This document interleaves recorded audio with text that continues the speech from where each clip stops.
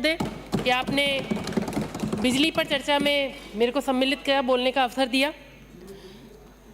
अभी लगातार बात चल रही थी कि आपने नहीं किया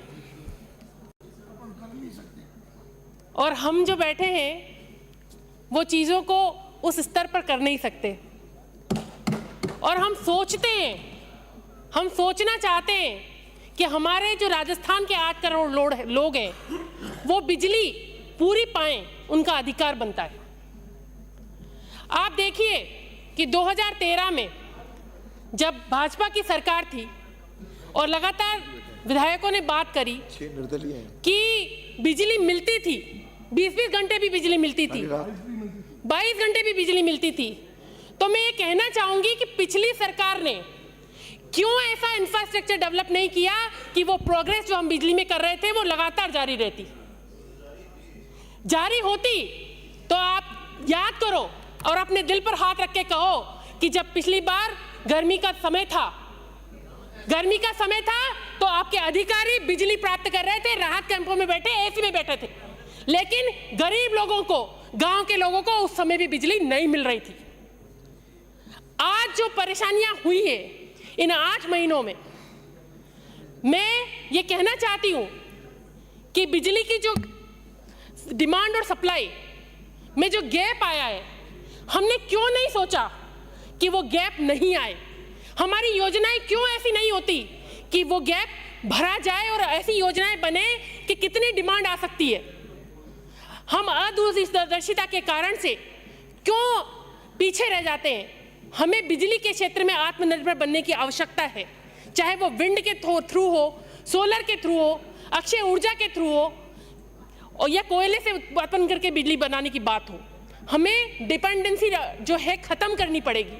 आज मैं पढ़ रही थी तो उधारी में बिजली लेते हम इतनी उधारी में हो गए कि जब हमें आवश्यकता होती है तब हमें लौटानी पड़ती है। तो ऐसा क्यों होता है, ये सोचने का विषय हम सब लोगों के लिए है। अभी कई साथी कह रहे थे कि हम क्षेत्रों में, अपने क्षेत्रों में जब विधानसभा खत्म होगी जाएंगे तो लोग हमसे शिकायत करेंगे। निश्चित तौर पे करेंगे और उनका अधिकार है, उन्होंने हमें चुनकर यहाँ भेजा है। लेकिन हम इन परिस्थितियों से निपटने के लिए एक दूसरे पर आरोप प्रत्यारोप करते रहेंगे तो समस्या का समाधान नहीं होगा। आज सदन में ये जो चर्चा की जा रही है वो क्यों की जा रही है कि हमें अच्छे सुझाव चाहिए कि हम इस स्थिति में कैसे निपटेंगे। तो हमें सबसे पहली जरूरत ये है कि इंफ्रास्ट्रक्चर डेवलप करने की बहुत ज़रूरत है। हमने, पिछली सरकार ने बहुत सारे जीएसएस की घोषणा की, लेकिन उनकी मॉनिटरिंग नहीं की कि कितने काम हुए, कितने नहीं हुए।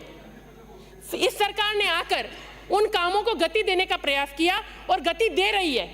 आप देखिए कि मेरे यहाँ पर, मेरे विधानसभा क्षेत्र में 220 केवी की घोषणा इस बजट में हुई।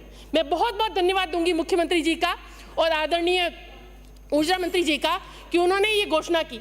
और आप बजट घोषणा होने के तुरंत बाद प्रभारी मंत्री जाते हैं, जगहों का निरीक्षण करते हैं और जल्दी से जल्दी काम कैसे पूरा हो इसके निर्देश देके आते हैं। ये सबसे बड़ी बात है। अगर आपने ये कर लिया होता तो ये परिस्थिति हमें फेस नहीं करनी पड़ती। साथ ही मैं ये कहूंगी कि मेरे क्षेत्र में बहुत पहाड़ी इलाका भी बहुत सारा है।